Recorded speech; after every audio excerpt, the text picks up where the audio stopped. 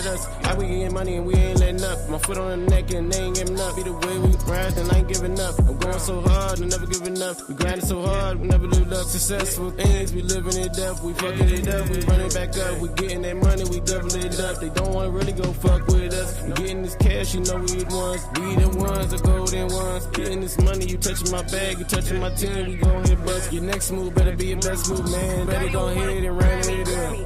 I just wanna be successful. I'ma run it up with the next move. I'ma go hard with the next move. I'ma go crazy with the next move. I'ma run it up like Step 2. Watch me go crazy with the next move. I'ma go crazy with the next move. Next move. Be your best move. Next move. Be your best move. Next move. Be your best move. Next move. Be your best move. Next move. That's checkmate. Next move. I win. Next move. You lose. Next move. I checked you. I told my kids, yeah, the sky is the limit. I'ma get money as long as they print it. Make my next move my best move with my clan. I'ma get it from a little to a grown-ass man. I ain't letting nobody stop my show. I'ma get dough every damn week, though. Every damn day I'ma get the cheese. Guacamole overdose of getting blue cheese. Got me running with niggas who don't give a fuck. 100 bales on the gumbo loaded in them trucks. Keep them guns on me 2 steps ahead of my enemy. Cause I know they wanna see me rest in peace. But I ain't going, I ain't went. Punk bitch. Get my money, get my hustle on. I'm rich. My whole team living life on successful shit. Rich.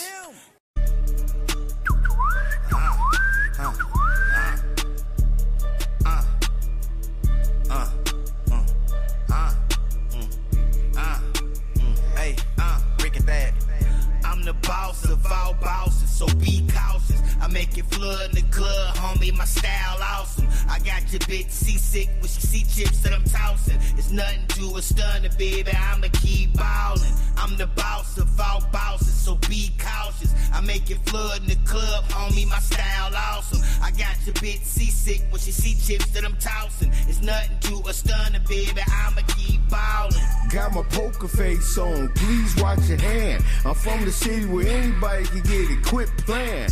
Keep Cardi's on my face so I can watch the shade. More money, more problems, I'm used to hate. V6, 8160 on the dash. Mercedes, baby, I'm the leader of the new class. If you ain't talking money, I can really hear you clear. My shooters is magicians, they'll make you disappear. I'm the boss of all bosses, so be cautious. I make it flood in the club, homie, my style awesome. I got your bitch seasick when she see chips that I'm tossing. It's nothing to a stunner, baby, I'ma keep ballin'. I'm the boss of all bosses, so be cautious. I make it flood in the club, homie, my style awesome. I got your bitch seasick when she see chips that I'm tossing. It's nothing to a stunner, baby, I'ma keep ballin'. I'ma keep ballin'. This message red like record. I'm thrilling like Mike. Shit, I'm about this like Joy. Get that coupe and I push it. Get a bad bitch, they push it. Fuck the right in the Mercedes. She was going horses like Porsches. I'm going crazy, I crazy. Going on track, I just torch it. I'm just ballin', I'm going crazy on this beat. I got storage.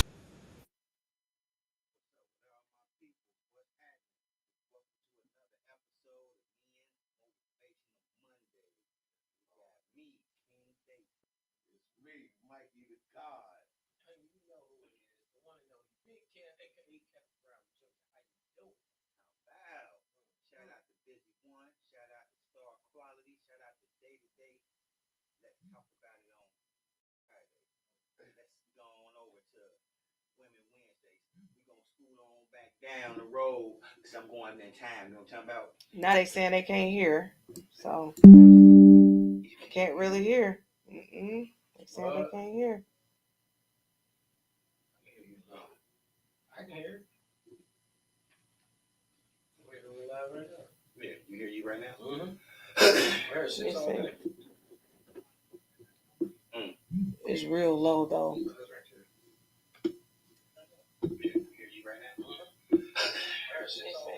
It's super low though, but it's real low though. A little bit of technical difficulties, but we get into it. You know what I'm talking about? I mean, just keep talking, but it's low. So join us on Day to Day Radio on Busy One Radio from 3 to 4 every Sunday. And shout out to Gray's Janitorial, Mingling LLC, Yoel's Business Center. We're glad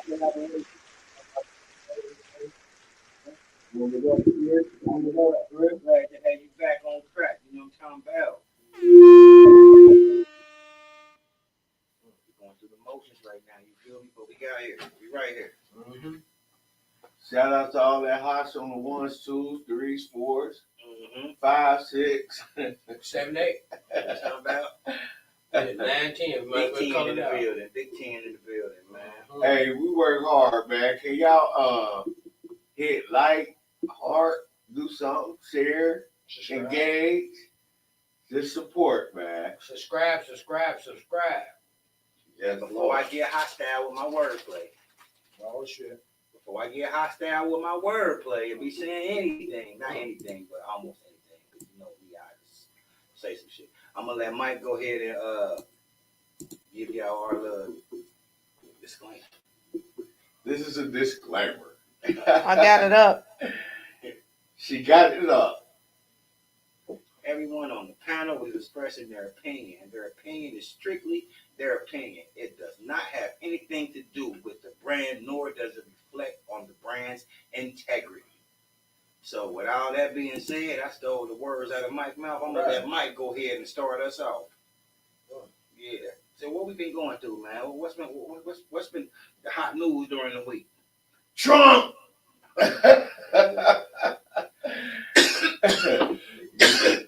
hot news. Trump.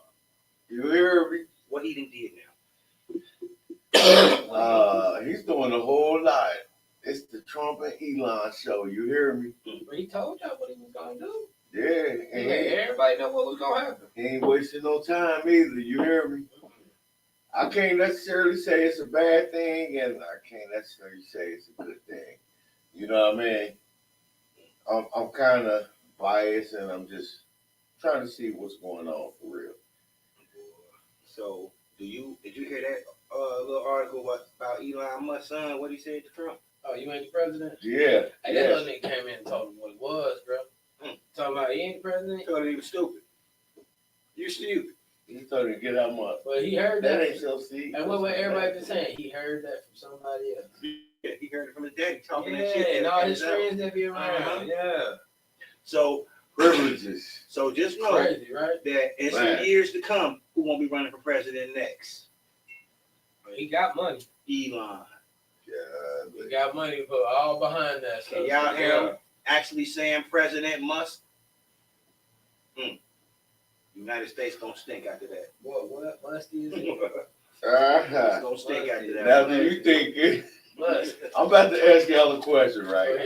Do you think if one of our little kids or little cousins or something said that in the White House, what you think would have happened? We wouldn't even got that close.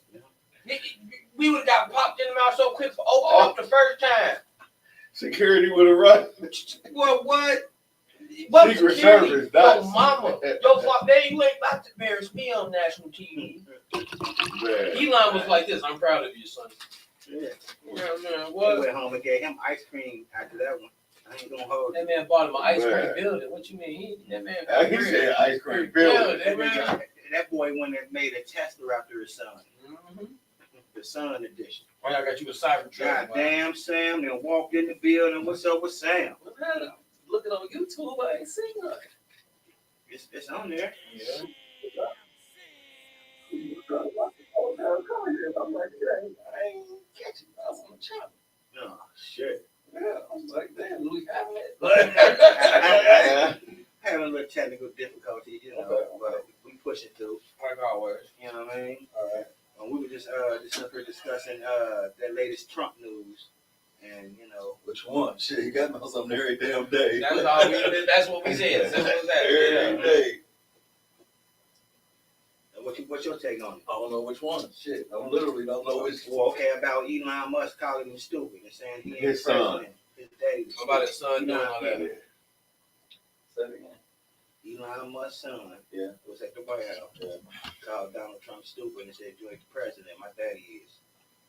I ain't know that. But, I mean, shit. Everybody know he a puppet. Like, wait, you know what I mean? Like, Yeah, he's definitely a puppet. Shit. Trump. Oh, Every president's a puppet. Yeah, pretty much all of them. You know what I mean? So somebody, but you know, he giving him control over stuff that, you know what I mean, that, and letting him be the fall guy per se. You know what I mean? And he a private, and he ain't even really. I heard some shit like he ain't even an employee of the government for real. But he running this DOG shit. But he really ain't part. So he can dip in and out without the oversight and without the other shit. He just so he running shit from behind the scenes in everybody's face. Like everybody think he running the shit like on paper, but like on paper they said something about. I just read this shit the other day that he ain't really like the head of that shit or something like technically. So that means he really ain't a government official technically. But you know, TV every other day he was able to say these people should be fired and that shit happened. Right. You know what I mean? Like without the consequences of the job of being a government employee or the oversight. So who is running shit? If he able to do all that and he doing shit that is benefiting his companies. You know what I mean? So yeah, I don't know. I didn't hear that shit today. I've been busy running all day. I just ate and came straight here. It happened a while ago. But it surprised me. But I mean, I don't think it's surprising. Mirrors, you know what I mean? Like for real, you know what I mean? Keep us all right, because that's why he's in the news every day. We keep talking about bullshit like this, while bullshit behind the scenes is really going down. Like we'll hear about it later. Like, oh, you know, it's tax season, and they fire all the IRS people. shout out to my sister Lethea. You know why? And nephew. What's happening? You know why? Because the only people that can audit you is the IRS. Who get audited? Rich people. I'm supposed to be down there Monday Night Raw with you right now. So let me like. I'm supposed to be down there with you right now, Lethea. I'm supposed to be down there with y'all. Cruz, you see what you gonna be doing next to him? Yeah. Cruz. Cruz down there taking no. He gonna be on the top rope, jumping off top of the couch. I better watch out. Somebody in the head. But yeah, man. So children overstepping their boundaries. They don't do that. Who don't? Children. Yes, they do. Children ain't never done that. Children be doing that all the damn time. What they do. Look at him. Yeah, down there. And he got the belt too. Shit. It's going down. And you the one entitled. Uh-huh. I had to show him on here. Wow. He looks so cute. He looks adorable. He done slapped Cody Rhodes around and took that belt. Yeah, Cruz. Already a model. Uh-huh. That was that Gunther title. Slap him around. But yeah, I had to share that because also since y'all was talking, Kev, did you want to talk about your show real quick, or you want to wait, or you could do it again at the end? I can wait up till the end. Okay. Hey, we want to shout out Donnie too, man. We can't say Alithia without saying Donnie and Cruz. You know what I'm talking about? Yeah. Donnie holding it down. Shit, he picking the ropes up. Letting Cruz get in the ring. You know what I mean? Oh, you ain't gonna talk about what's going on with T? What's going on with T? What they trying to do? I keep hearing, look. Who? T. Higgins. Oh, man. Tag his ass, I heard. Oh, they did? Again. I thought they already franchise tagged. I heard they're gonna give him some sort of exclusive or something, because you know they got levels to tags now. I just know they made a cut, so they out of state. So I heard they did something. They were supposed to be doing something, but they ain't gonna let him go. You know, they not gonna let him go. He gonna be shitty if he get another tag or something. They get non-exclusive rights or some shit. But they talking about tagging him some type of way, because they got all these different tags now. You know, exclusive, non-exclusive, and all this other shit. I don't understand the ins and outs about watching the shit right then. Oh yeah, that's when no other team can get first dibs. Right, they can make him a contract offer or something, but they got the right to match it or something. I don't know. Like I said, it's some sort of something to go with the tag. T coming back. But it's a way for them to keep him for at least one more year, where he ain't gonna really have a choice. They gonna get a percentage of maybe be one of the top X amount receivers, make it for 1 year type shit. You know what I'm saying? Since you're in the top 10% or whatever you are as far as your stats go, you will get a check according to that, and you locked in. You can't go get motherfucking, you know what I mean? That Jay Jefferson money. You ain't gonna get that motherfucking Jamar Chase money. With that restricted free agency or something like that? It's a tag. It's some sort of tag, like the franchise tag, where they say you can't go nowhere or some shit, and they lock you into a certain percentage or whatever group you fit in, percentage wise, and they cut you a check. You ain't gonna be broke. You gonna eat. He gonna get some millions. He gonna be in the top whatever percentage, whatever the numbers say he is, but he ain't gonna be able to get more or some shit like that. From what I was kind of understanding, because they talk about all the free agencies and that's coming around, and they just keep neglecting to talk about him because supposedly the word on the streets is the Bengals gonna tie him up again and fuck it. I was watching something the other day. Because that's why they making the moves to make some money because they gotta pay Jamar, and then they'll deal with Jamar this year, and then they'll try to figure out. But the Bengals, they don't pay nobody. So they only got two people paying like big numbers, and only got two, and that's Joe and somebody else. It's not even Jamar Chase yet.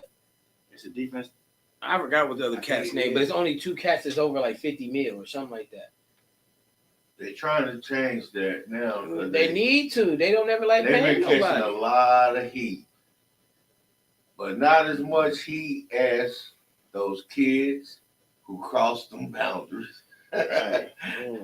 Well, we went back to that one. Good crossover, Mike. I see you. Point guard. Point guard. Point guard. He AI y'all. We just hit him with the AI, crossed over to it. I get it. I like the double. FYI. Oh, that's cool. So, children overstepping their boundaries. The door. Somebody at the door. I heard it sounded like somebody came in, but if it was, I got a key. Right. I locked the door outside. Yeah. Let's get to these kids, man. Well, I'm going to tell you like this. We talking about teenage kids. We talking about adult kids. We've been talking about them little baby kids. You know what I mean? The toddlers. You know what I mean? The 9 or 10-year-olds too. Them too. All of them. That little, the whole Preteen. Yeah, preteen. All of it. So when they cross them boundaries, you know what I mean? Should it be accepted by the parent to let them get their point across with the attitude and the swag that they have about themselves when they sing? Is it an age? Nah, because you got little kids that'll cuss you out because they've been around somebody grown and listen to what they saying and they disrespect you. You know what I mean? Based off what they didn't heard somebody else talking about. And then they bring it like you can, like, okay, prime example, you can have one of your kids that don't live with you, live with their other parent. Their other parent be talking shit about you. And then, you know what I mean, you got that kid feeling a certain way. So when that kid come around you, whether it's the father or the woman that he with, or vice versa, the woman and what's up with Jamar? I see you out here. Whether it's the woman who got a man living in the household with him, and that kid come over there, and that other parent been talking shit, man, fuck that nigga, he ain't your daddy, I'm your daddy. You know what I mean? He go over to that man's house where he been getting treated well, like, and get to spazzing out when he don't get his way. Now he's overstepping his boundaries and disrespecting that adult. Well, like, I want to ask y'all this, like, do you think that sometimes that take place because boundaries have not been established? Yeah, sometimes, yeah. No, majority, yeah, because everybody gonna say at one point, you were a child, and we all know when we were kids. This I'm used to how my parents raised me. We ain't do all that. You know what I mean? Calm down, learn how to talk to me like you got some sense. I don't need an attitude. I don't need all the smart mouth. I can talk to my father like an adult without acting crazy and acting ignorant and think you got to pop off and pump your chest because I'm from the era where would knock you the fuck out. Excuse my language, but that's just really as it is. That's real shit. Like, you know what I mean? We would knock you out. My dad didn't play that. My uncles didn't play that. I grew up with 10 uncles. So none of them play that. We don't talk back. We didn't talk back to anybody. If we did, you got discipline, chastised, and that's you opening up your chest and that's getting rocked. Kids don't do that no more. You want to be your kid's best friend instead of being a parent, and this is why a lot of these kids are so lost in what they're doing. Because everybody wants to be the cool parent, and it's not where it's at. Kids we need structure. So we watch. Like if I'm always watching my mama being my best friend, that's all I'm always see. I ain't gonna see nothing else. You know what I'm saying? Because I see younger kids just watching. They watching their brothers, they watching their sisters, whatever, and that shit just trickles down. I feel like y'all gotta be disciplined. You gotta set boundaries. You gotta let your kids know what's up. This world ain't your best friend. Right. This world ain't nice at all. So let me play a little advocacy. So, like, do you think that it's the parents' fault because they cool, and you know the kid may perceive them as a friend, but maybe that's just the parents' personality with the kid. You know what I'm saying? Like, that's cool if it's your personality, but you still need to let them know I'm your parent and not your friend. I can get it. You can be the cool dad and listen and everything, but when it comes down, if I say, "Hey, this is what happening," this is what happening. Simple as that.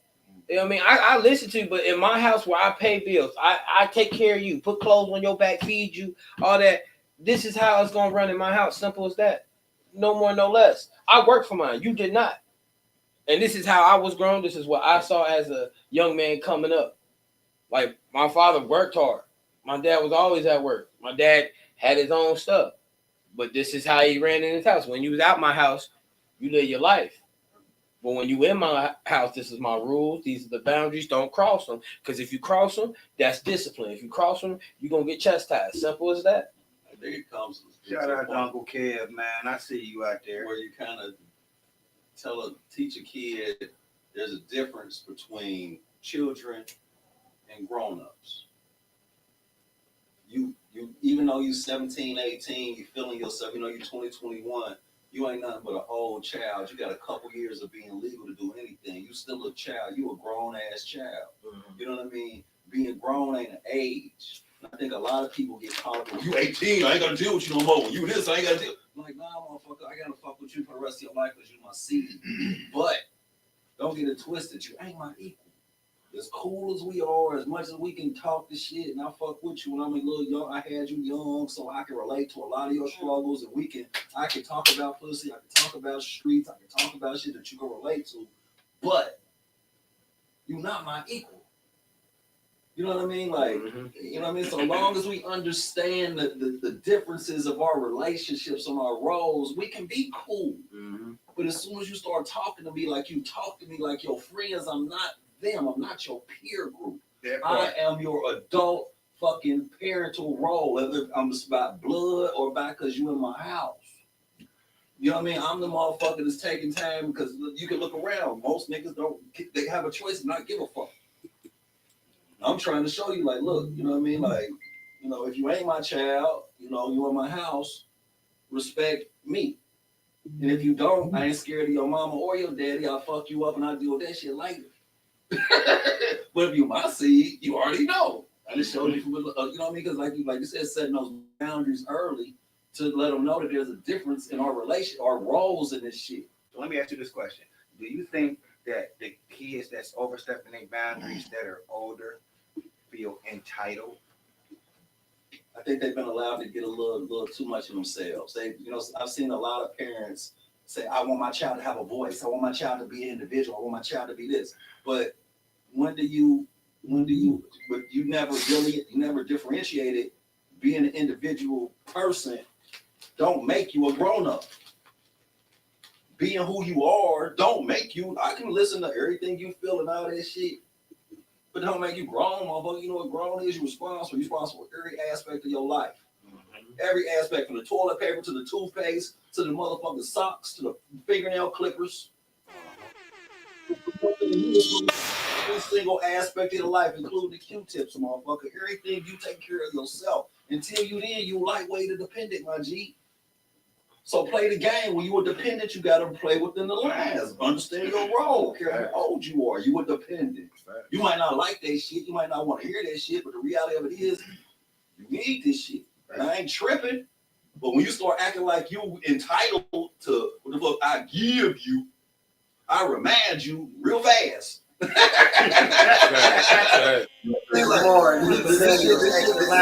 shit for free. You know what I mean? Some of us make being adults look easy.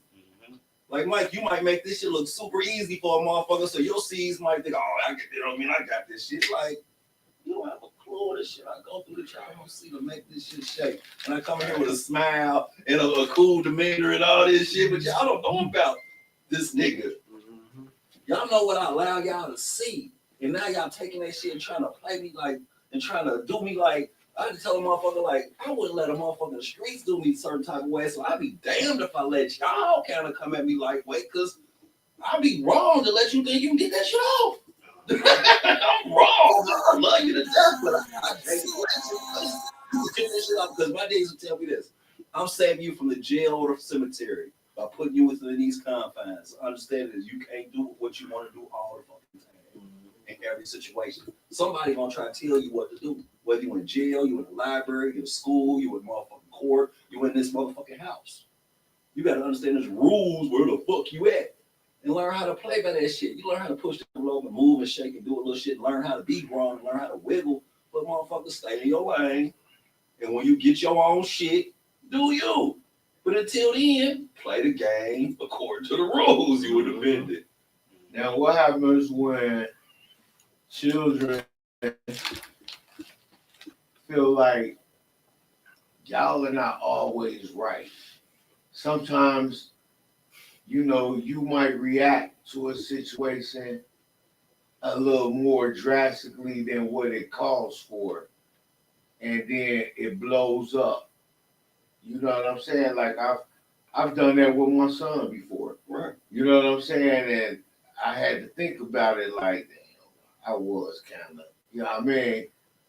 Like, so how do we create the balance right there? By being humble and going back to your kids and be like, I made a mistake. Mm-hmm. I shouldn't have came at you like that. I apologize. You pissed me off. You did this shit. And I kind of lost it for a split second because, like I said, I don't let nobody push these buttons. And you pushed one. You ain't even know that shit. You know what I mean? And you had me like waste fast on the motherfucker real fast. I had to catch myself and be like, damn, I feel bad. I didn't want to do that. That's not the way I want to do this shit. You know what I mean? Even though it might have been the way I was showed. You know what I mean? Right. But it's to being able, because my father never came back and told me he was sorry or made a mistake. My daddy said, I'm always right. When I'm wrong, I'm right. Right. That was it. But no going back and doing no retakes or no retries or talking about it later. My daddy he 80 something now. He was 30. So he was a little past all this finessing shit. He was, you know what I mean? And he had a lot of shit going on. So it was different. So I was like, all right, I didn't want to be like that. You know what I'm saying? So having people been around kids who I've made that same mistake with popped off and be like, damn, like, I ain't mean to do that. Yeah, you violated. Yeah, you did this. Yeah, you did that. But at the same time, that ain't the way I wanted to come off. That wasn't a reason for me to pop off like that. Now, don't get it twisted. I smack the taste out your mouth if you cross that line. Right. But you didn't deserve that. But understand that you did get me upset. And yes, I'm not saying that you were right. I'm just saying I was wrong for how I handled your wrong. Yeah. So let's just be human and be able to say that to the motherfuckers we say we care about, right. Because a lot of times the kids feel unheard. And if we let them know that, damn, I'm fucked up, they let them be a little more lenient, understand, and be like, damn, that's key right there, what you said. Man, he just said some shit. That's on point like a finger. Because it's like you showing them accountability.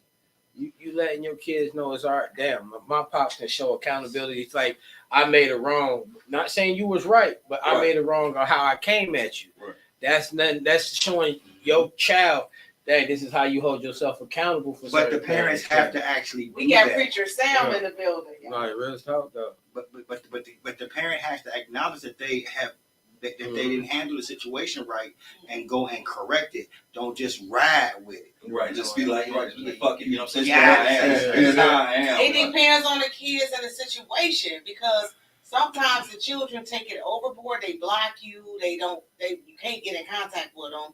You know what I'm saying? So why would you block me? Why would you do that? Why would you, you know what I'm saying? I can't get in contact with you. I can't this, I can't that. But they do that. And with the grown ones, you get what I'm saying? So you got to let them be grown. Right. Like the younger ones, you can kind of, work with them. If you ask me, you can work with them. But them grown ones, that's 24, 25, 26, 30, you can't, they got their mind made up. And when they get to the point where they're in your house cussing you out at that age and talking to you any kind of way, you gotta let them be grown adults on their own. But that means they didn't get the what we talking about early on, because a lot of this shit start early. Like, but they did though. Like not in which way they was able to get it, because I didn't get my son till he was 15. Kate was already baby. Much as I tried to apologize and express myself and talk this shit and on some more older shit. You know what I mean? Like, that shit didn't sink. That shit went in one ear and didn't never even come out. It just, I don't know where the fuck it went to. It just was there. I hear him talk about, like, I heard you 6 months later, but you still ain't doing the shit. Like, you know what I mean? Like, you say block, and that ain't about blocking. Motherfuckers don't call you. Won't answer your phone calls. Just MIA, in the wind. Fuck it. And call you in the middle of the night and want to talk on some inebriated shit. I love you, I miss you, and all this other shit. Like weird shit from grown kids, because my son 32. You know what I mean? And I get it ain't the blocking, because I don't do all that shit like that. But yeah, like, and it's like, when you, like you said, because since he didn't get it at those formative years, 7, 8, 9, 10, when you were showing your kid that you can make a mistake, you wasn't just the almighty mama or daddy, where you couldn't tell your kids that said when they were 7 or 8 that you made a mistake. Right. So now they like, fuck her. We knew she was wrong, and she never even told us. She never admitted that shit, so I can't believe shit, because she just gonna say whatever, and I ain't gonna trust her, because she gonna never motherfucker come a certain type of way, because when I was 7 or 8, and we found everybody else saying she was wrong, and she the only motherfucker saying she right. So now how can I look at her? How can I look at her and talk to her and respect her and think that because I'm grown now and I got a voice, I don't have to accept your way. I don't have to tolerate you. Because I do have a choice now. When I was 7, I had to suck that shit up. Now I don't. So that's how they do it though. And they'll back all the way out. You know what I'm saying? And it's like they'll come back in little stages, because they do have attachment. And then it's like, all right, like as a parent, how do you try to make it better? Because you know something went wrong. And then something happened. How can I create some sort of space to be like, how can we do better? Yeah, where we at? How can we do better? Coming from somebody like me and my pops, one of the strongest. I ain't gonna lie. Me and my dad bumped our heads a lot, because we different, but we still the same. You know what I mean? So at 25, I wasn't trying to hear nothing he had to say. I was a high head, like, whatever. Didn't pick up the phone when he called. Like, I did that stuff at that age because I just didn't. Me and him wasn't vibing. Me and him wasn't connecting. But then as I got older, I had to realize it's still my father at the end of the day. And, of course, my mom's always in my head. That's still your dad. So I had to grow myself as much as my pops had to go, because now I got 2 brothers in high school, and I'm seeing my dad grow from where I was and where he is now. And I see how much he is more active now, and I see it because he has the second chance of like, damn, I see what I did with him. I don't want to do that again, because I don't want that separation. I don't want, you know what I mean, not talking or me bumping heads. My dad is a military man. My dad's a cop. He was a cop for some years. He retired. So he has his stuck in his ways. But I also see he's trying to grow. He's trying to be able to talk to his kids. He's still strict. He still let you know I ain't your friend in a heartbeat. Shout out to Uncle Cam. He won't hesitate to tell you, I'm not one of your friends. I'm not your peers. I'm your father. But at the same time, he will sit. We'll have conversations. We'll talk about any and everything. Sometimes it shocked me. I be having conversations with my dad. I'm like, hold the hell up. Why are we talking about this? I don't want to hear this shit. You know, but that's how we are. And I had to realize, like, I got to cut my pride and all this extra stuff and start like, damn, this, like, I start listening. And I truly start understanding who my pops is. And so I know things, I have things I don't talk to him about because I know he won't quite understand, and that ain't his flow. And that's just how our relationship is. I think we probably better now than I was when I was in my 20s. Yeah. So you know what I'm saying? Like, I agree. I'm from that same tree. I'm way more closer now than I was when I was in my 20s or early 30s. Because as I'm getting older, I realize I'm like, he dropping knowledge on me, and I'm just don't want to hear it. And he don't want me to be like him. He wants me to be better than him. So he's giving me pieces of the blueprint, not his blueprint. See, I'm thinking, he want me to be just like him. No. He's giving you bits and pieces of his knowledge of what he's been through, so you don't have to go through, or you can get through it so you can be the better version of yourself. I didn't realize that until I got older. Because I'm always, we kids, we think we know everything. And we got the world trying to tell us everything. And then you got your friends telling you this and that. And I kid you not, I used to be like, man, I'm gonna pop off, I'm gonna run my mouth. I had to realize, no, that's not the energy for you. Because I'm too busy around the wrong people. I was too busy listening to other people. And that comes in, I think that's why a lot of kids too overstep boundaries. I think that's why a lot of parents trying to be your friend. Because it's what you see so much in the world today. And if you ain't following what everybody else doing, you're wrong in some ways. You know what I mean? So, and this, like I said, this is my opinion, but I feel like we don't listen. Like we don't listen enough as we do as people, just in general. So how if we ain't even listen to other people our age, you think we gonna really sit here and listen to a child? For real? I don't think so. But my family was like my mom and my aunts and uncles and them. They was always down to earth, cool people. Like, and sometimes you could feel like they are your friends, but they still had a boundary that was unseen that you knew not to cross. Cross that line. I knew I could go and talk to I know I could go talk to them, but I had to realize when you talking, you still be respectful. When you talking, watch how you say it or how you deliver it. I realized that, you know what I mean? I've always realized that because I've just been a respectful young. That's how I was raised, regardless. And my grandmother raised me that, and my pops raised me like that. So I ain't really arguing with nobody. But I know when I can get my point across in a way till they understood. And that's why a lot of people in my family will look at me like I wasn't a bad kid. He's like, I can talk to him. That's why a lot of people love me, because I ain't got no hesitation to talk to somebody, but I don't have to yell at nobody. And that took a lot of time too. It's self-expression. I was reading something the other day like that. The lack of being able to express yourself can make you die early. You know what I mean? Like, we gotta teach our children how to find their voice and keep that shit to a certain respectful level. And we gotta be able to find our voice without taking that shit to the 12th when we feel like we on 13. When they done push the real live serious button, we gotta fucking learn how to take a deep breath. Because I had a psychologist, and she said, how do you deal with stress? I say, the first thing I think of is breathe, nigga. Because when shit get real in my life, I hold my breath and just start, you know what I mean? It's like the Matrix, shit starts slowing down and shit start getting real. Like I'm about to go full go mode, like. You ready to explode? You know what I mean? But it's like, just take that time, because, breath is life. That's life. Until you take your first breath, you ain't alive.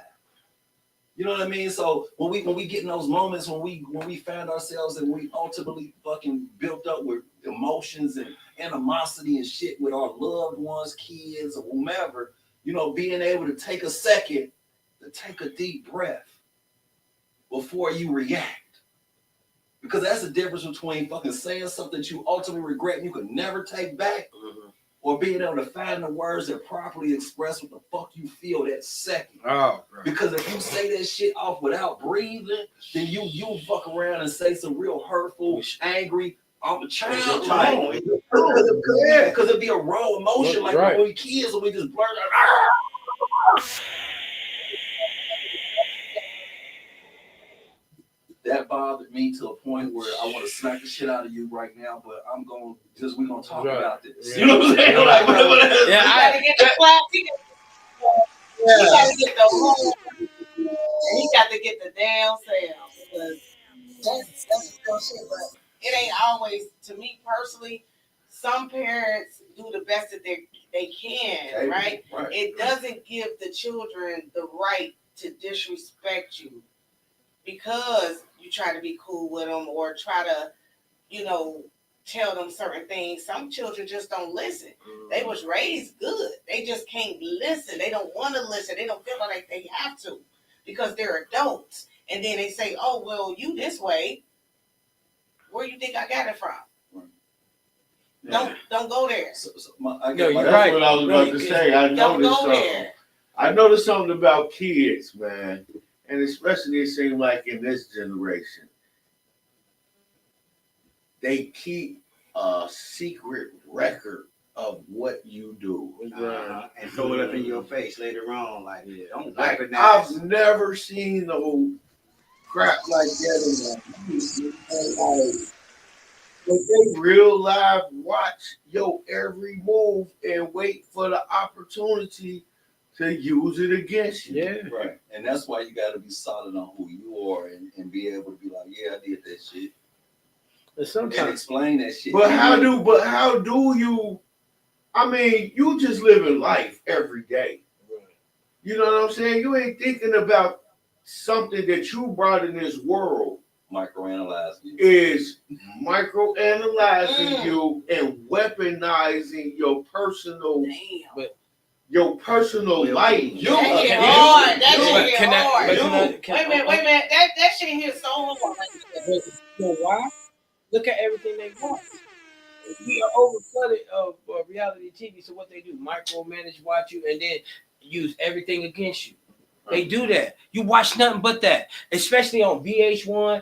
All black shows, they do that. What they do, they get y'all working together, get you doing something dirty. Oh, we got you on camera doing this dirty shit. Look, let's show the whole nation all the dirty shit you're doing. Now, your kids I'm gonna do that to my parents. Oh, I'm gonna do this to the next person. You see certain women do that to their men. Oh, remember when you bring back or weaponizing stuff, or like remember when you try to be vulnerable and open up, they use the shit you open up to them against you in front of the kid. Yeah. So that's if, like you said, all you see is that. That's why you're gonna keep doing that. But sometimes we do that shit subconsciously and don't realize that we perpetuating on our kids because we could be microanalyzing other people around you. When you talk about, when you make comments about motherfuckers you don't like, about shit you see in front of your kids. You know what I'm saying? Like when you sitting around just kind of just talking shit, watching TV, like, look at this bitch and what she doing, what they got on, look at this motherfucker, that motherfucker said some dumb shit, and you don't think your kids watching you like, you said some dumb shit too, you better some crazy shit too, and so they be like, I'm doing you, what you do to the world, I'm doing it to you, because what I found out is kids pick out your worst fucking traits and duplicate that shit. They forget about all the great shit you do, all the motherfucking waking up every day, working 2 jobs, motherfucking coming home, cooking and talking to them and trying to be there and be understanding, but they'll microanalyze when you do all the fucking fuckery shit that they can relate to, like Kev said, off TV. You know what I mean? And they be like, oh yeah, you ain't no better than them. You walk around here holier than thou, and you just like this motherfucker on VH1. You just like it. You talk about them just the way they talk. So I'm you, right? And I'm throwing you in your face. So it's like, and once you become a parent, you got to realize, like, all right, because that's one thing I was really nervous about being a parent, because I didn't want to be a role model. Like real shit. Like real shit. Like I was cool. I wasn't allowed around my sister's kids as an uncle. I was not PG. You know what I'm saying? I was like, I don't want that stress. I don't want a motherfucker watching me and trying to critique me, and I gotta be a role model and show a motherfucker how to get out. I'm trying to figure this shit out my motherfucker self. I don't know what the fuck I'm doing. So how the fuck can I show a motherfucker what the fuck? So I wasn't out here, man. That's why I got one child biologically. He's 30-some years old. He was born in 91. Because I made a decision way back then. Like, I'm cool on that shit. And I might be wrong and I might go to hell for this shit, but I had 400 for a motherfucker if I slipped up. Real shit, because I knew I wasn't that nigga. Like, I wasn't. That's just being honest, though. I'm real shit. That's just honesty right there. I was like, I wasn't trying to be with you. I wasn't trying to be no role model. I wasn't daddy material. I wasn't husband material. I'm out here. You know what I mean? And bitch, I'm selling dope. So if you want to have this baby, I'll fuck around and sell dope forever. You get $25 a week. Bitch, fuck you in that baby. That's how gangster I told the motherfucker, like, I got 400 on. You know what I mean? But I'm not justifying that lifestyle of them thought processes. All I'm saying is because I made my mistakes and I got to live with my devils. You know what I'm saying? But I was ultra paranoid about the responsibility of parenthood. Yeah. You know what I mean? Like, really, that really was like intimidating to me. You know what I mean? Like I was like worried about because I seen how my nephews and our other little kids were picking up shit. I'm watching my best friend's little brother, 2 years old, walk up to me with a fucking plastic bag he got because he lived in the crack house. He brought a plastic bag to me. He rolled up in his little scooter car, rolled up in me, pulled his little plastic bag, had gravel in the plastic bag, said, I got blocks, we.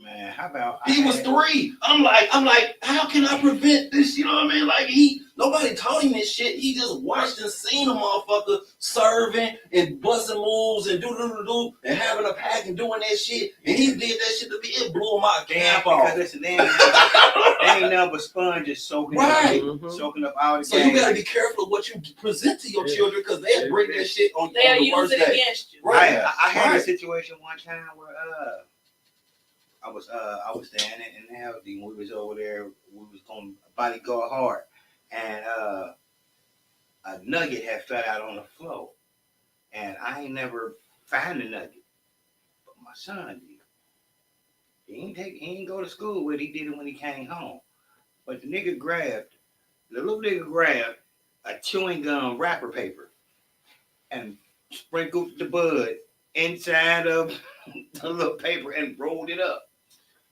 Talking about, yeah. I'm like, what you mean, yeah? Man, I snatched that from him so fast and had to give him that talk like, but it was the fact that I got caught slipping. Like, he found the bud and rolled that shit up like it was a joint. Fucked me up. Right. Hey, and then the other half the kids do to analyzing you and watching you and weaponizing that against you. The other half to it is somewhere along the line, the kids want to be better than you. Yeah, they strive to be better. And they should. Mm-hmm. They want to be better than you, but not in a good way. You know what I'm saying? It's like They want to be. They watch things that you do, and they feel like I can do that better than you. Like you know what I'm saying? As a competition, though. Yeah, it's like secret competition. So when the confrontation comes, sometimes it's not the confrontation we think. It's them actually trying to show you I'm better than that. I'm a reflection. Yeah, I ain't gotta take that. Like I'm gonna show you how I do better. You ain't gonna do to me what you do to everybody else. At a young age, yeah, we do though. Like when I was young, my dad. At one point, I was like, "I'm a better man than you." I felt that way because I ain't agree on how he moved. I didn't agree with it, like because your record was flawless. Yeah, cheating. Like I ain't never did nothing. That's cheating. But like you know what I'm saying. But as a kid, you don't think cheating. Like that. You I know. But like you saying, I ain't saying you personally, but I'm saying they cheating because we got years of failing and getting back up and winning and failing and getting back up and winning and it's all because we carrying them. You feel me? A lot of it is because we carrying them. No, it's not because of that. It is. You know what I'm saying? If I wasn't carrying them. You know what I'm saying? Some things, but then they got a flawless record because they only 17, 18. But see, we don't realize that until after you get older. Like, dang, without him, I wouldn't have did half of what I did. And I had to realize that, like, that's some things you got to grow into and realize, like, without my people, I wouldn't have had a lot of stuff. Right. Without, or you know what I mean, or without good people behind me, I wouldn't have the things I had in life or met the people I had met. You know what I mean? So we don't think like that. We always think about us. Like that's all we think about at a young age. Is us, what we want. You know what I'm saying? So like a mug. Yeah. I want to read when you done. I want to read a comment and then I want to say something when you done. I forgot what I was going to say. Because I cut you off, my bad. But you good. No, but it was basically the same thing we was talking about anyway. Yeah. So that comment right there, I'm squinting. Gave my adult children a chance, but my temperament for violations made me cut the cord. And I wanted to speak on that because you get to a point where the disrespect, regardless of what ain't nobody perfect parents. Right. Nobody in the world is perfect parent. but you get to a point where when they talking to you so reckless and they feel that they can stand in your house and say fuck your house and fuck you, literally in your shit, you have to cut the cord. You have to allow them to be adults, because at the end of the day, there's nothing in this world that I could have ever done to you to get this type of disrespect in my house. So when you get to a point where you have children and your child in your house and you're grown, yelling and screaming, saying fuck you and your house and your everything, like, that's parent abuse. And I don't think no parent should deal with it, especially if it's adult children. And I don't blame myself for getting treated that way. I feel like at one point you should cut the cord anyway. Right. You know what I'm saying? Because you're not letting them grow if you don't cut the cord. But and like, because how, like you said, like you said it correctly. If you ain't buying your own toilet paper, you damn near a grown ass child. Because you're in a situation where you ain't got to worry about it. You know what I'm saying? And if you don't help your kid get to the point where they have to survive on their own, you're not helping nobody grow. You keeping them kind of complacent in that little stage, like you growing, but you're not. But what if you did all of that, right? Mm-hmm. And they still don't buy toilet paper or nothing? But the thing is, like, when do you get to a point depending on you? When they know you're gonna do it. But this is my thing though. Because I hate playing the victim. I've always hated acting like I'm a victim to when a motherfucker do me wrong. Right. You know what I'm saying? So it's like, I tell a person like this, I draw a line in the sand with anything to walk this planet. I don't give a fuck what our relationship is. Mm. You know what I mean? You cross that line, I as an adult, I have the right to fuck with you or not fuck with you. Right. And I'm going to show you how adults work. I ain't got to fuck with you. Like I told my son, like straight up, like I love you to death, but I can't sit here and watch you commit suicide and just do self-detrimental shit in my face. Well, after he finished, so I'm gonna back all the way up. You know what I mean? I want to back all the way up because I'm gonna show you I don't have to deal with as an adult. You're not supposed to allow someone, give a fuck who you think you are, to come into my space and violate me. Because just because I love you, I don't fuck you up. Had you been anybody else, I wouldn't even have blinked. Oh my God! Right. I wouldn't even have blinked. We wouldn't even got to the point where you raise your voice more than a couple words in my space, because in these four walls, it's a zero tolerance. But since I love you, and I might have made some mistakes, I might have let you get a little popular off. So I'm gonna let you get that off. But guess what? You got to go, player. Yeah. And if that's how you feel, I'm not gonna get mad at you. I'm gonna take a deep breath. Okay, I heard you. The door is open. It don't lock. It ain't dead on the inside. It ain't locked. You are free to go. Wherever you choose to go. My number ain't gonna change. You know where I live at.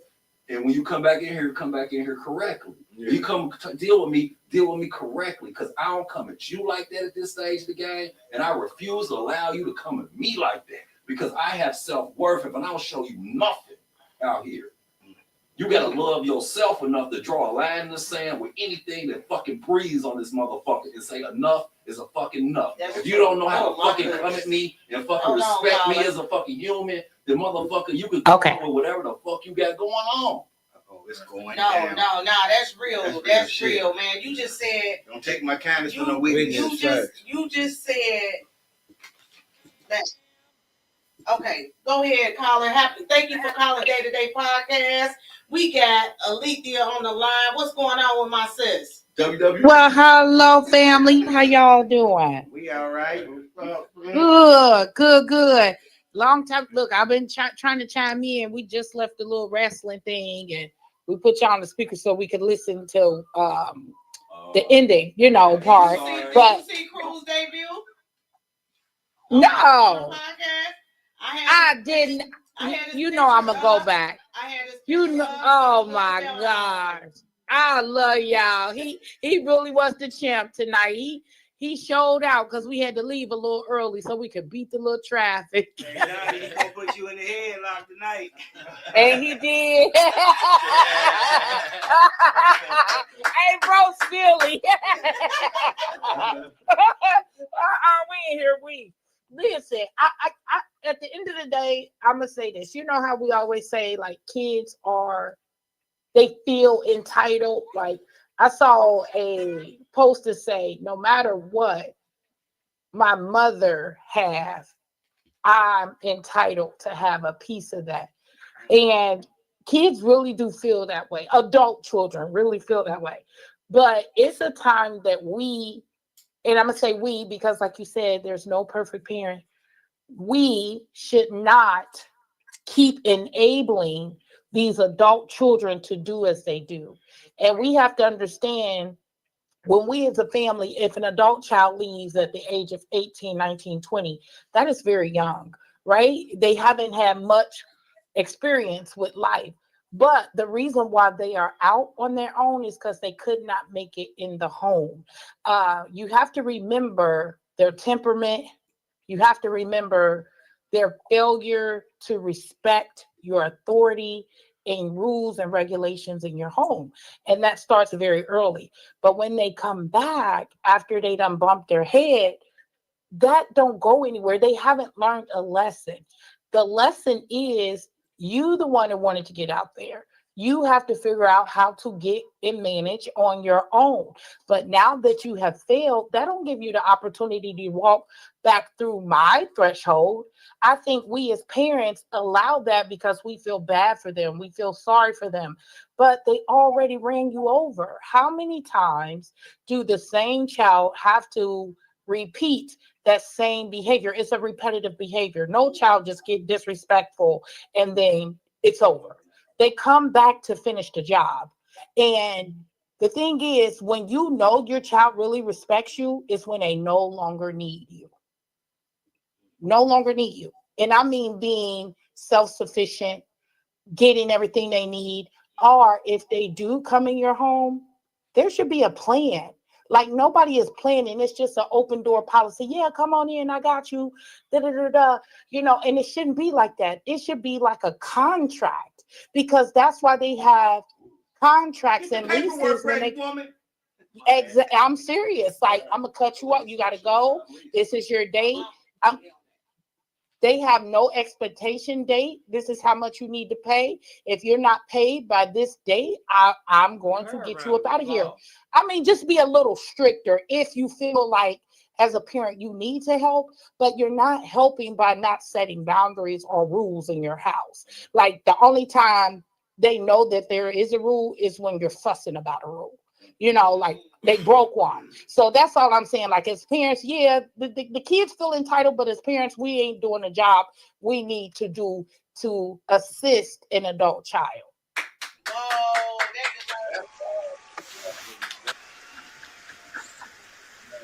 But I love y'all, and I ain't gonna hold y'all up, but I love what I hear. Minus the cuss words, my bad. I ain't know kids was listening. Right. We apologize. But he's supposed to be going to sleep. I mean, he really showed out. I'm gonna have to send y'all this video. He was pulling, dropping down to the floor, everything. Somebody getting drop kicked tonight. Hey, I was about to say, like, you about to get all this work. Like, you about to get these hands on you. But I get it. Yeah, it was his very first like live wrestling. Like he watched it every Monday. So him in the live sense, like the fireworks, and he was truly excited. He's still not asleep. Girl, we gave him his debut tonight, though. He was up on. I'm gonna go back and I'm gonna watch it. But I appreciate y'all, and y'all have a great night. Love y'all. Love you. All right, y'all. Bye bye. Now, yeah, that was some shit. She said some shit. We gotta clap on that again. Shout out to that. That was what you said. What you said. She put you younger than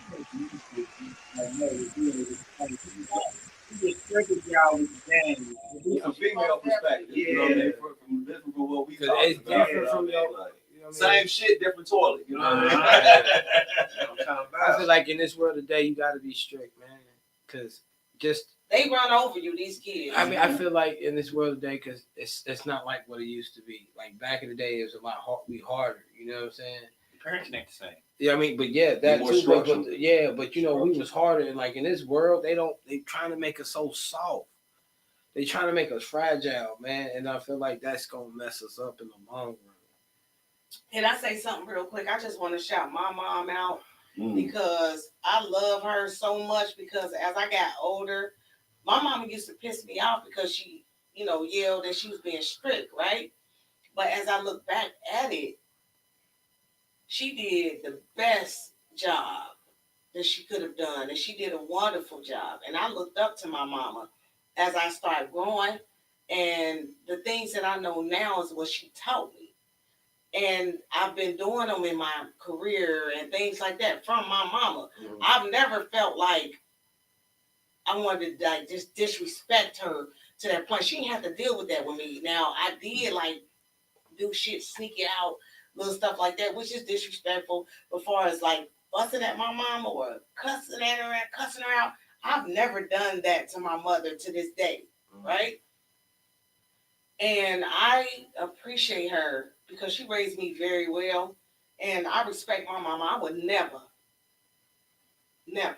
Well, shout out to my mama. Honor your mother and father so your days will be longer upon the land. You know what I mean? So you gotta respect your mother and your father regardless of how you feel about it. And just because y'all have done wrong don't mean you can't make it right. Don't mean you know what I mean? Right. Y'all, it's just about understanding what you did, holding yourself accountable what you did, and go talking to your parents. Because majority of your parents, like everybody else said, y'all still, the door is still open. You can still call me. My number's still the same. Yeah. It never changes. And I realized when I talk to my pops, we cool. But I had to, y'all just sometimes got to realize, my door cracked. You know what I'm saying? But But they can knock on it, but no, it's locked. They can come and knock on it. They can come close. Make them motherfucker knock on the door and ask for entry. Don't let them just walk back in. Right. Don't let them just walk back in because then they gonna think they can do that every other time. Make them knock that door. Make them wait. But still, they know they can come and knock on that door. Yeah, my teenage son left the house. I told him, I say, it's easy to walk out and it's easy to come back in. If you walking out because of the rules and regulations, you think this shit about to change because you go out here and get yourself in some situation going to come back. Right. I'm just letting you know, I'm trying not to have you leave. I made some mistakes. I ain't perfect. Yeah, I'm rough around the edges. It's my first rodeo. My bad. I don't want you to go out here. You know what I mean? I might be the cause of you wanting to run, but I know what's out here and I want you to stay even though I'm fucked up with this shit. He was like, I want to go. I'm like, all right. You know what I mean? I shed a tear. I'm like, you know what I mean? I don't think this was best. I want you to stay here and we can try to work this shit out. I'll do better, but you got to respect what the motherfucker's saying because I'm a new parent. You 15. Gangbanging with 2 felonies. I don't know what the fuck to do. I ain't have a little bitty baby when I first experienced with child. You know what I mean? So I'm rough, nigga. I'm treating you like a nigga because you smoking and drinking when I meet you, nigga. But I'm trying. You know what I'm saying? I'm trying to understand. And then when he left, I'm like, well, understand. You ain't just going to be able to come back into this place. You know what I mean? I love you to death, but I got to show you better than I can tell you because you ain't listening to what I said, obviously. You know what I mean? Comment saying when you done. Run. I run my house a certain type of way, and it's out of love, and it's tough love. You know what I mean? And I could work on it, but this is what it is. It's still on love. You know what I mean? So, yeah, but if you come back in, it's going to be with rules and regulations. You know what I mean? And like I said, draw a line in the sand with the people that you love who tend to violate you, because if you getting violated by somebody you love, that means you ain't loving yourself enough because you allowing them to do that shit. Right. Draw a line in the sand with that shit. That's like, no, I love myself enough to not have to deal with that because since I love you, I want to fuck you up. At the same time, I don't got to deal with this shit either. Right. You made your choice, live with this shit. You know what I'm saying? You made the decision to go out this direction. Good luck. Right. If you need some game, I got you. I'll do what I can to guide you. But coming back in here and tearing up my motherfucking shit or disturbing my peace, that's not an option because I don't want you to think that somebody else should have the right to come in and disturb your peace. So I can show you better. I can tell you because you don't listen, motherfucker. You watch it. So watch this. Watch this.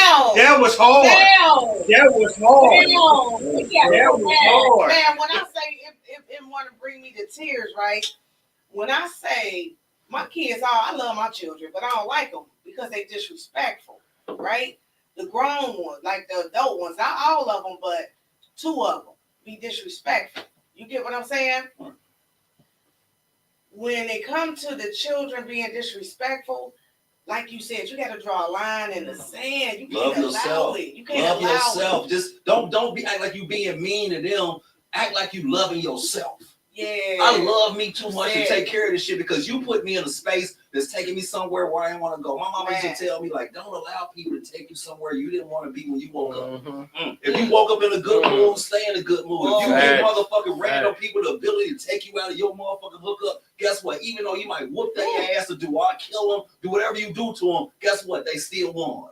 Because they changed who you were in the midst of what the fuck they had. You allowed them to push your button. You allowed them to manipulate them you and control you. Like, you gotta get control of yourself. Like, you know what? I'm not your video game player. I'm not here to be toyed with or played with. I fuck people up for real. And since I love you, I don't want to. But I'm not gonna let you do this shit to me either. You know what I mean? Sorry, trick no good. Wrong, good try, not wrong guy. No. You know what I mean? Like, let me say this last thing before you go to questions. I learned one of the hardest things I had to learn with my children, and it was real tough.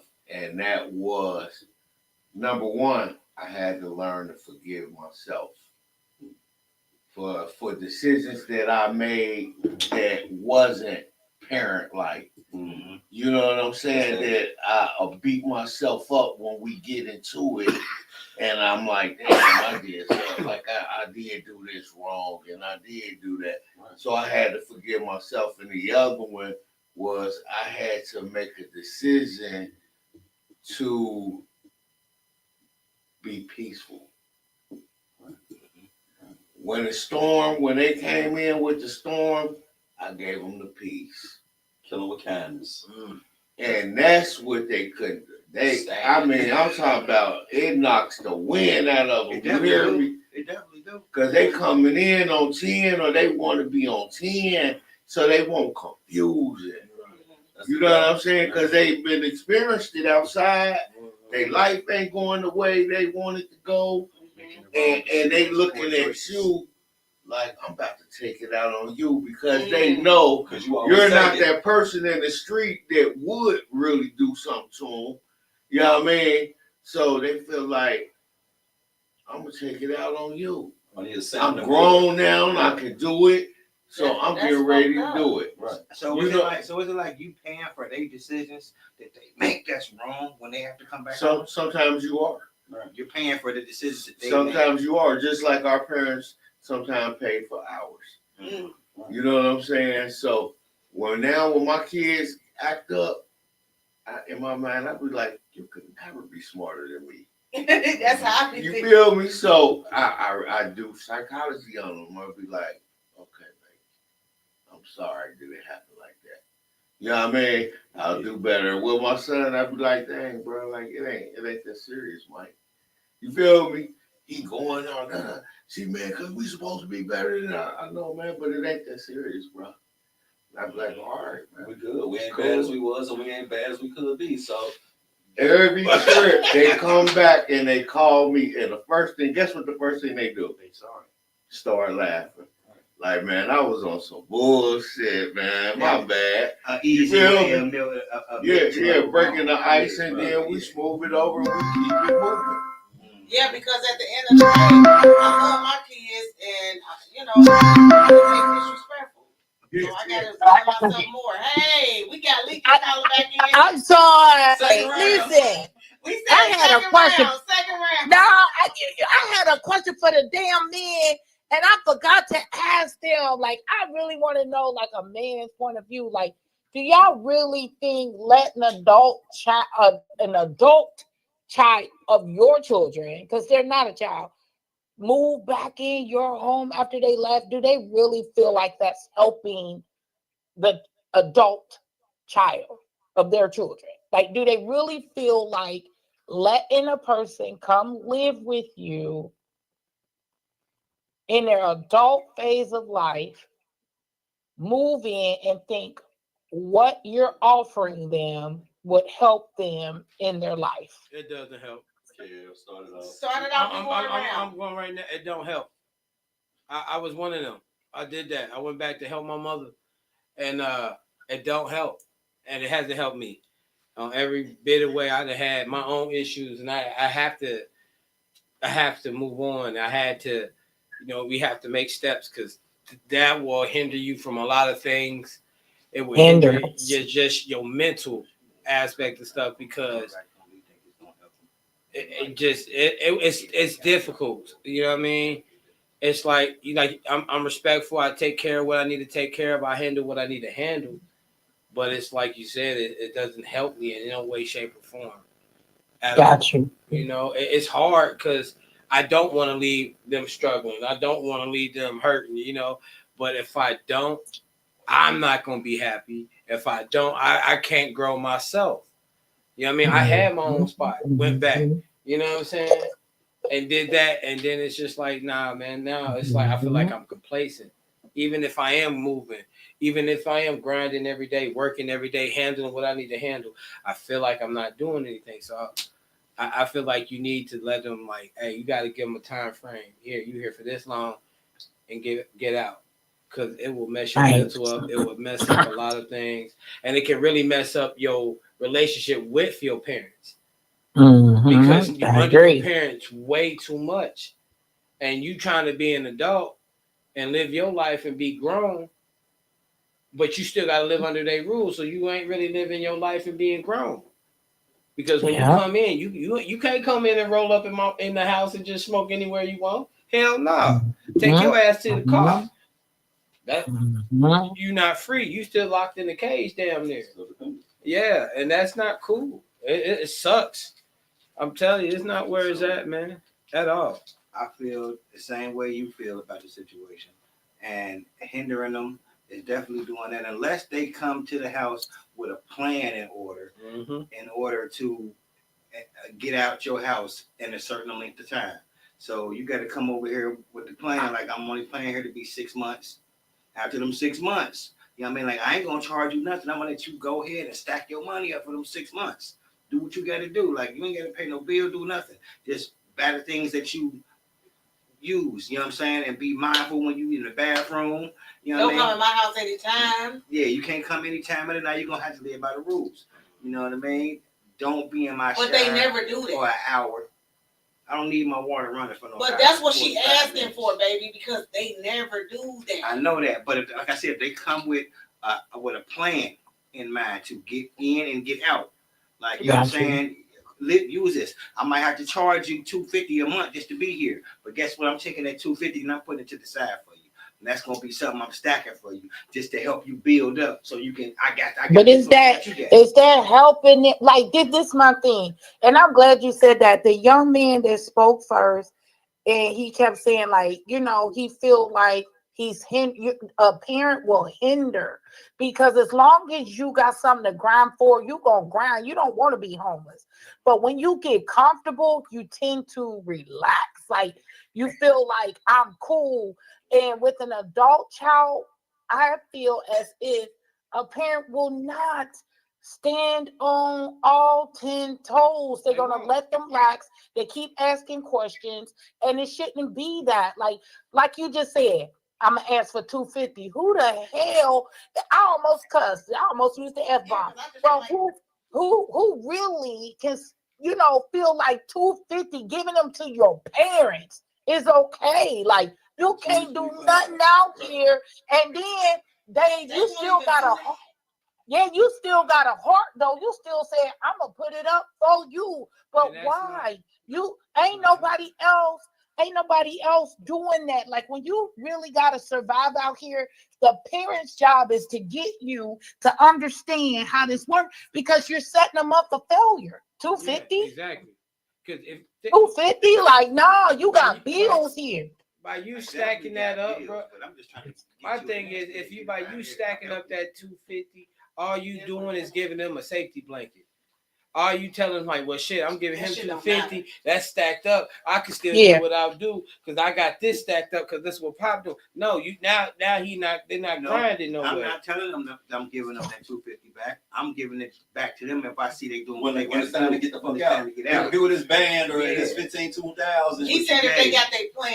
Right. Exactly. You take the $250. You gotta have your plan. And then when it's time for you to get out and you say, I ain't got this, well, you do got this for I got this for you. Yeah. And I was paying bills. Yeah. This is your first one deposit, and you deuces because you paid 6 months $250. We know that's $1,500. Here you go. Here you go. Leave some money towards your getting the hell out.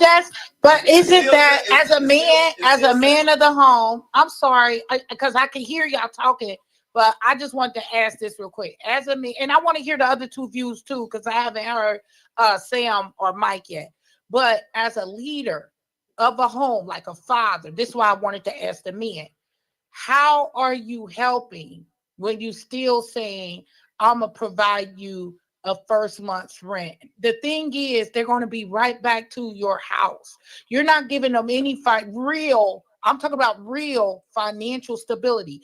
The difference between Black leadership and white leadership is that I will allow you to come to my house, but you're going to fix your credit so you can buy you a home. You're going to save your money. And the thing is, we're helping our kids escape the debt that they already created because they're getting evicted. They're not paying their bills on time. They've been smoking. They've been spending their money wrong. But white people, they're coming up with a plan so I can better myself. You get what I'm saying? Like, not that they've been evicted. They've been doing what they need to do, but now they're trying to elevate. So we're trying to help our kids out of muddy waters that they done dug themselves in. And when they should have been reaching out, they didn't. It's up to our men to not allow these to come back in the homes. I'm saying if the house is ran by a man and a woman, I'm just saying that.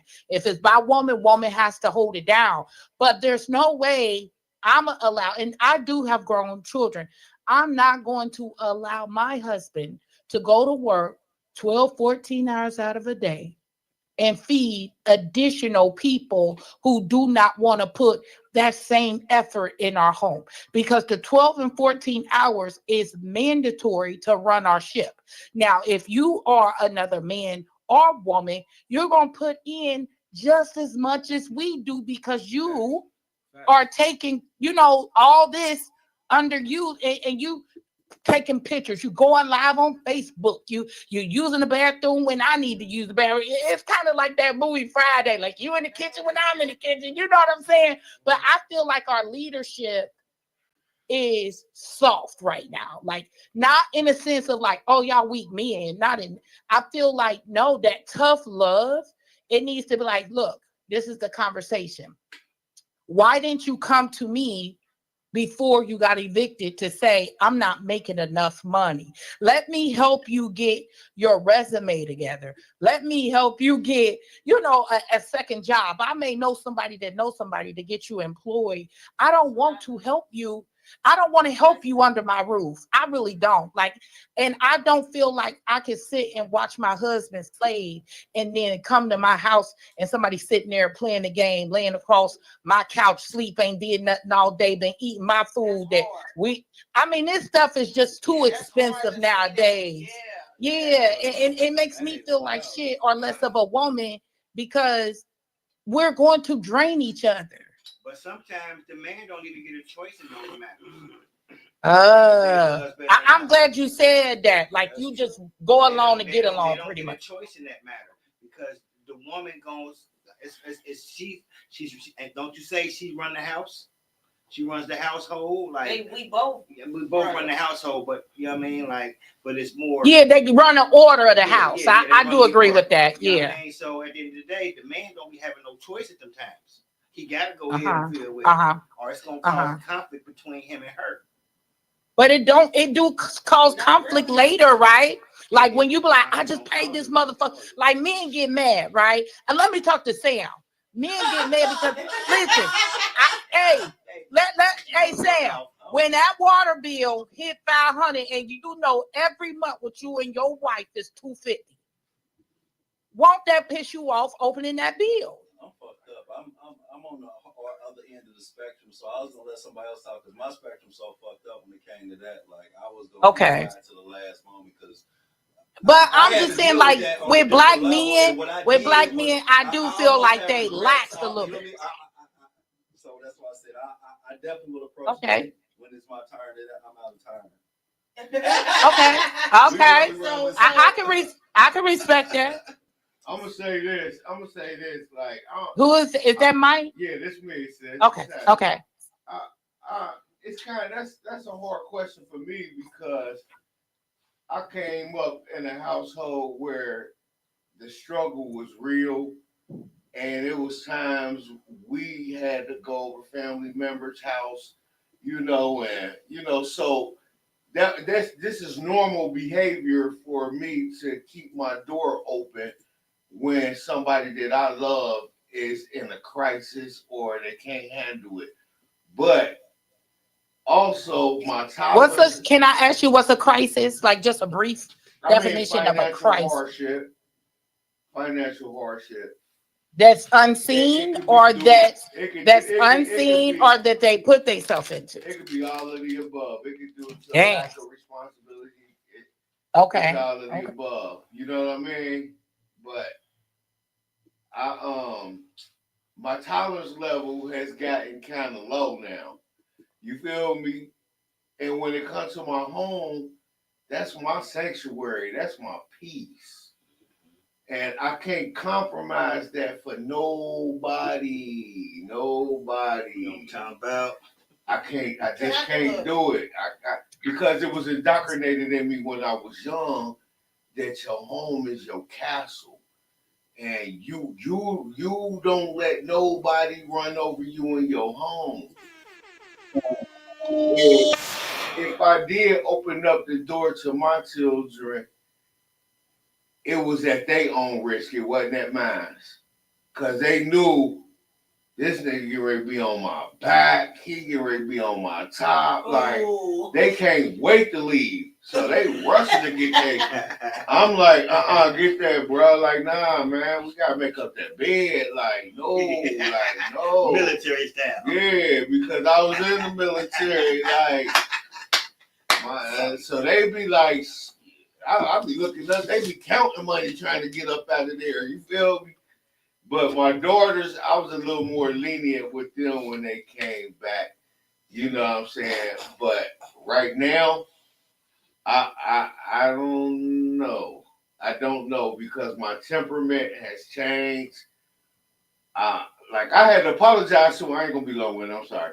I had to apologize to my son because when he first came back home, I swear, I did not talk to him. I had my door shut sometimes. I didn't let him lay on my bed. And he was looking at me like, what's wrong? But I'm a territorial man. So I thought about it like, God, you feel me? He was like, what's going on? Like, but it was dominance. I felt like another male. I forgot that this was my son. I just looked at it like another male is in my territory. You feel me? So I had to apologize to him like, I apologize, son. You feel me? Because I seen him like, gotcha. I seen him kind of looking at me weird a couple times. Like, it hurted me because he had that little sad look. And I'm like, but it was my I'm sorry to cut you off. I just didn't want to forget my question when you said you were territorial. Do you think that came because he wasn't demonstrating what you taught him as a father to a son, or just territory with the environment, like where you lay your feet? It was just because I'm a man and my home means everything to me. And my home is never for two men. It's never for two men. It's never for two men. And you're skating on thin ice as a woman, but you might have a little more grace, but it's definitely not ever for two men. I don't honestly. I cannot rock with it because the next generation don't have the family prioritized. They have self prioritized. So I don't see myself letting my adult children live back with me. And I'm not saying that in a disrespectful way. I'm saying it that I've raised my children. They should be preparing their homes for me to get older and for me to come to them. So we could switch places. Oh my God. Yeah, so Can I say that to you, sis? That's so crazy because I didn't talk to you earlier, but I said the same thing you just said. I said, I feel that they should be preparing for me, like to help me out. Yes. So, yes. And I just talked about that, and I love you because I just said that. I love you. But Lisa, let me say this to you though. Okay. Okay, this is just my wisdom. Yeah. All right. I also have to be still in tune and empathetic to their situation and where they're at mentally to where I was at when I was their age. Mm-hmm. Yep. And sometimes you don't know if a person is on their last leg. Yep. Where they may be contemplating suicide. Yeah. And it's not your fault, but you can be so bullish about your decision that you have already had a preconceived notion about that you're going by the letter of the law and not looking at the fact that this is real life. On all perspectives, it's real life, and we can't negate the fact that sometimes some people just can't handle it, and they do get down. True, and parents know that about that child. They know that about that child that became an adult. They know that very early on. And I'm pretty sure that each parent that's on that panel have tried different methods, bent over backwards a couple of times, And what I'm saying is there comes a time you have to let a person bump their head. It's not that I'm like premeditating. I respect my children not to have it out with them because that's what's going to happen. You're going to mix oil and water, or you're going to have fire and oil. It don't mix. When adult children become adults, they feel like they can speak their mind and not in a respectful way. Like I like conversation. They feel like they can make up their own rules in your house. Yeah, and no matter what you say, I'm in anything. Yeah, that's what I'm saying. Like when you already know this, don't set yourself up for it. You get what I mean? Like I don't want to fall out with my children. That will break my heart.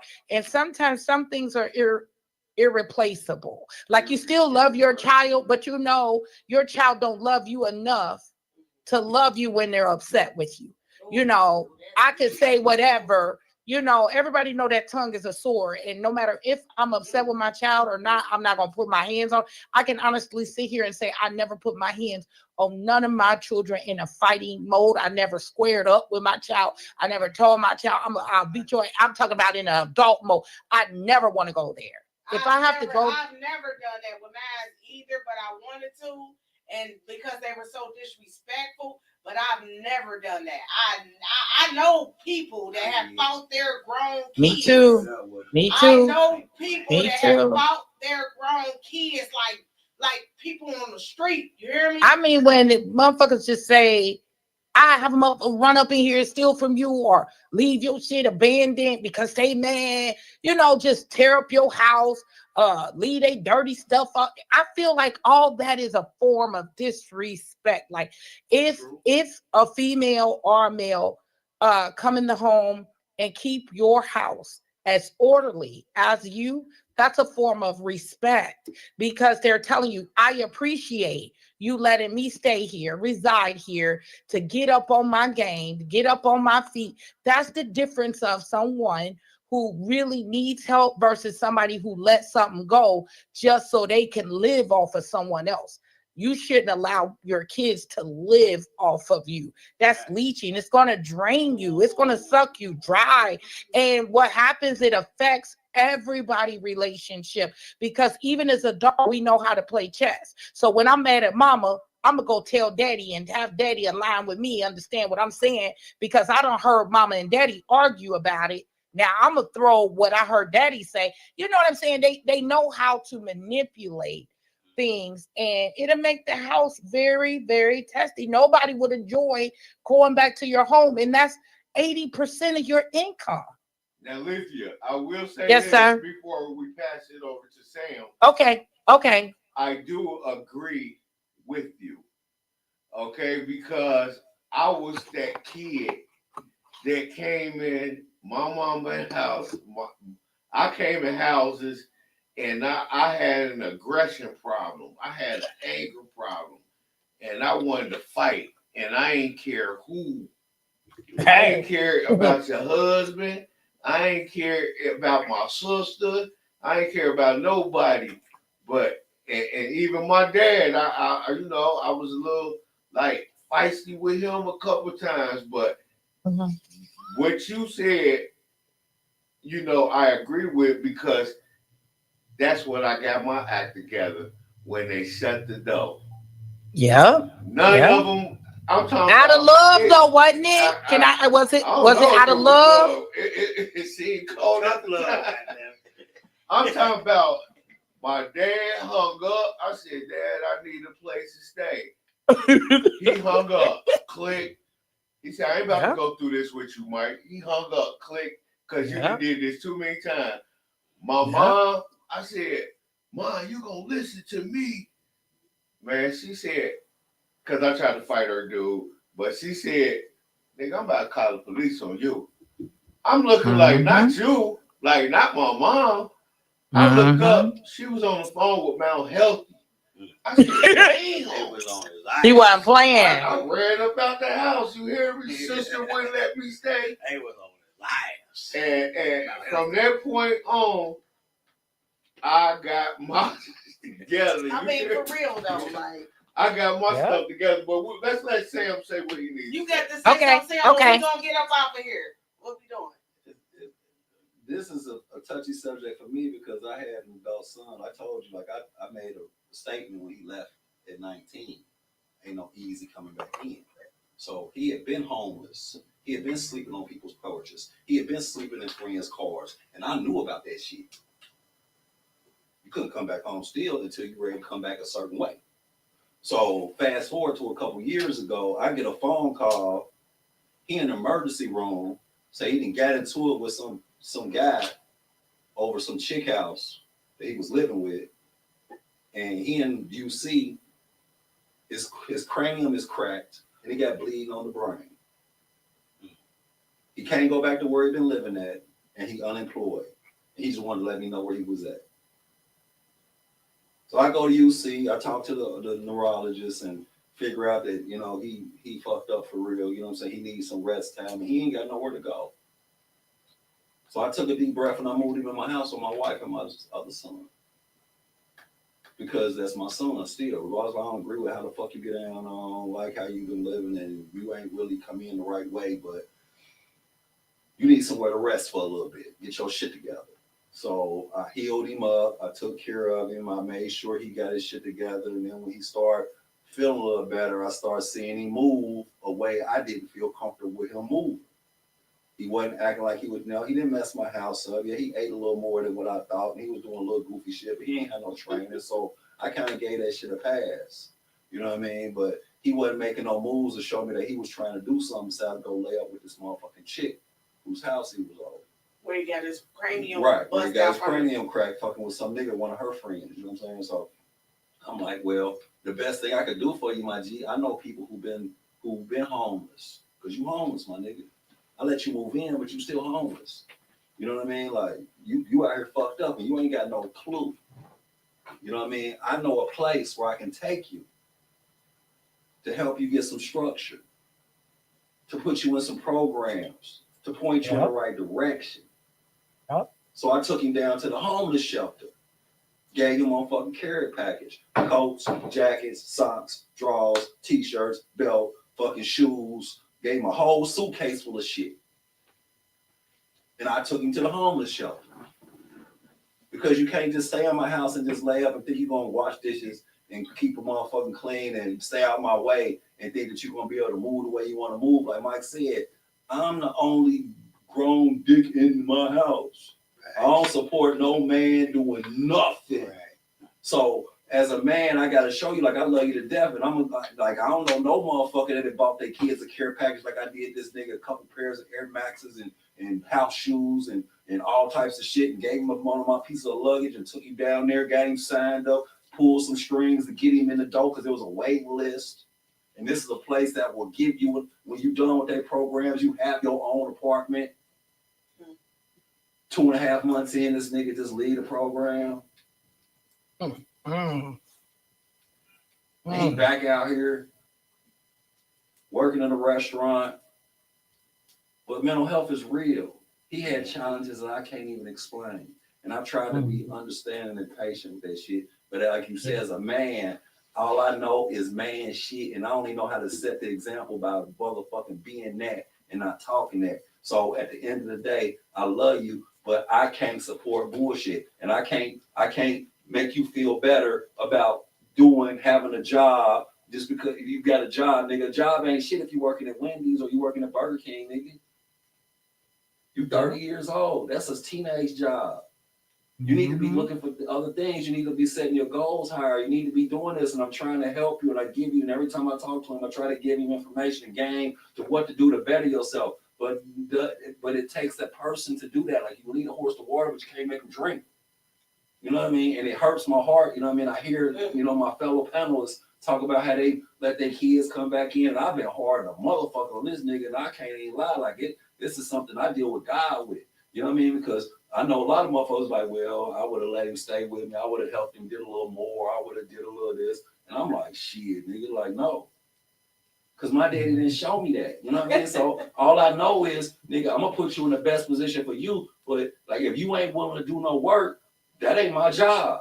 I can't work for you. You got to do your own work. I'm going to get you to where you need to be, and I'll never leave you motherfucking high and dry. If you need some game, you need some help, holler at a nigga. I got you. I got a ton of game I'm trying to share. But all the shit I dumped on you ain't a whole lot stick.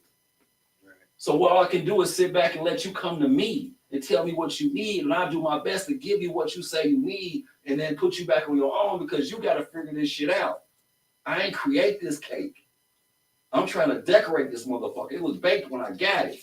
You know what I mean? I'm trying to do my best, but it is what it is. And I've done my best to try that, but like you said, Lethea, I don't get that. I ain't never been that to let a motherfucker come back in like this. It's just you gotta lead by example. You gotta show a motherfucker like. Well, I tried to show him. I worked 2 jobs. I delivered newspapers at 3 a.m, 7 days a week. And I left the newspaper spot and went to go to work at a BMW dealership. They came home and I cooked for him, made sure he was right, did what I had to do, come home, go to sleep, wake up and repeat every day while he lived with me.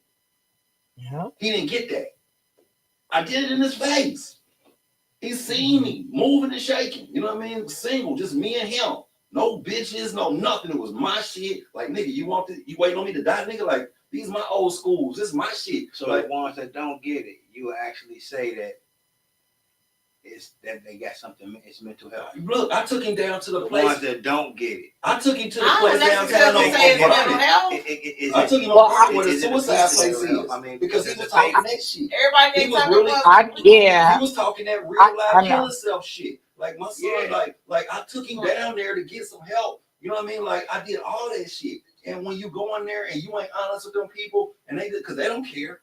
If you go in there and say you okay, you all right then, bye.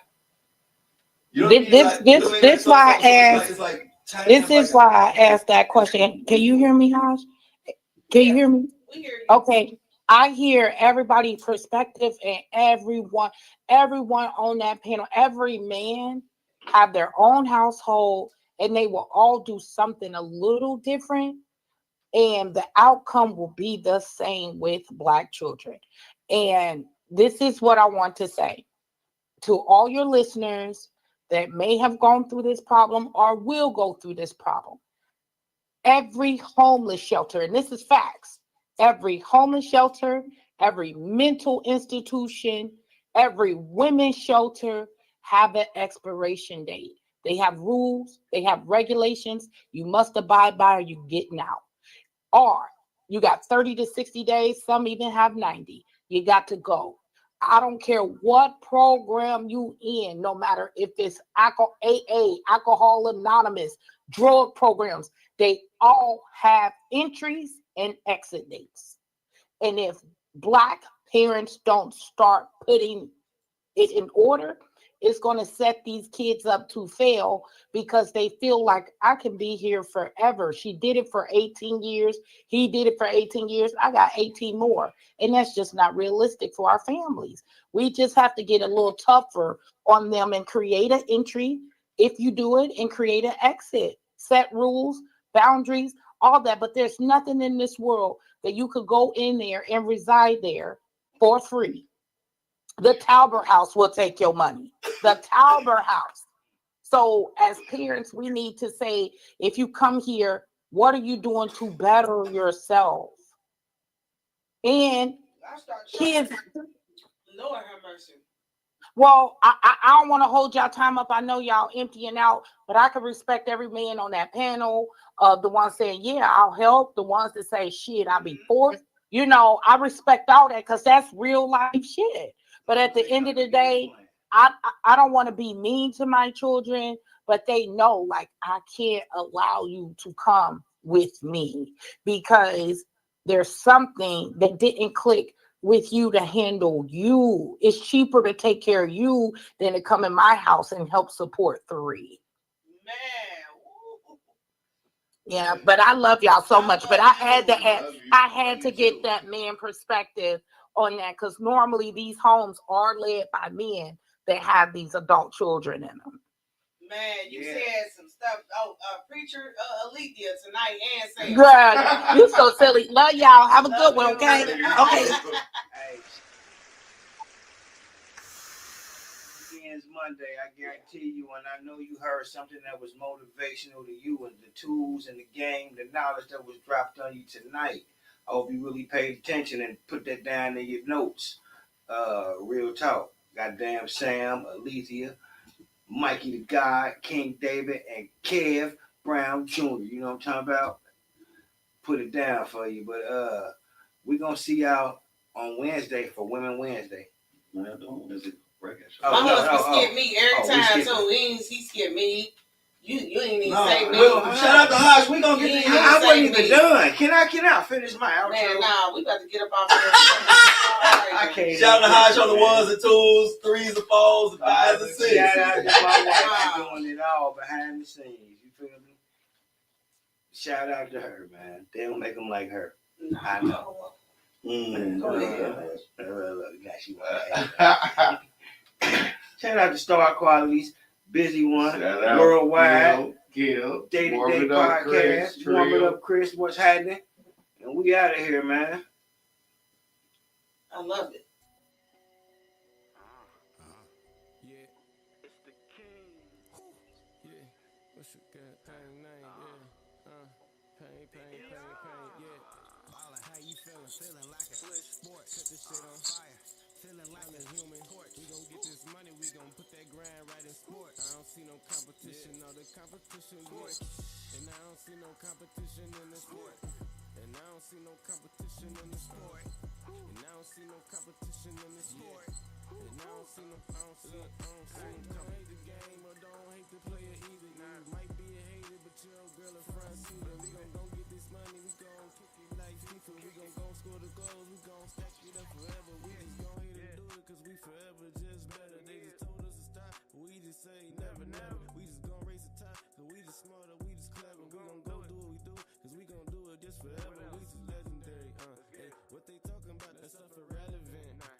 We gon' get this money, stack them presidents, we been hustling, man, for a long time, we gon' get it, yeah, we got a strong grind, strong mind, yeah, I did it all the time, sticking to my planet grind, yeah, I did it, amplified, gotta go and do it, cause I know I got it on my side, they don't wanna see me win, I do it, yeah, 100 times, yeah, we just going hard, yeah, major leagues, they can't even stop me if they did believe, I don't see the competition, they make believe, we gon' stack it high, yeah, you gon' see, how you feeling like a sport, set this shit on fire, feeling like a human torch, we gon' get this money, we gon' put that grind right in sport, I don't see no competition, no the competition, yeah. And I don't see no competition in the sport, and I don't see no competition in the sport, and I don't see no competition in the sport. I don't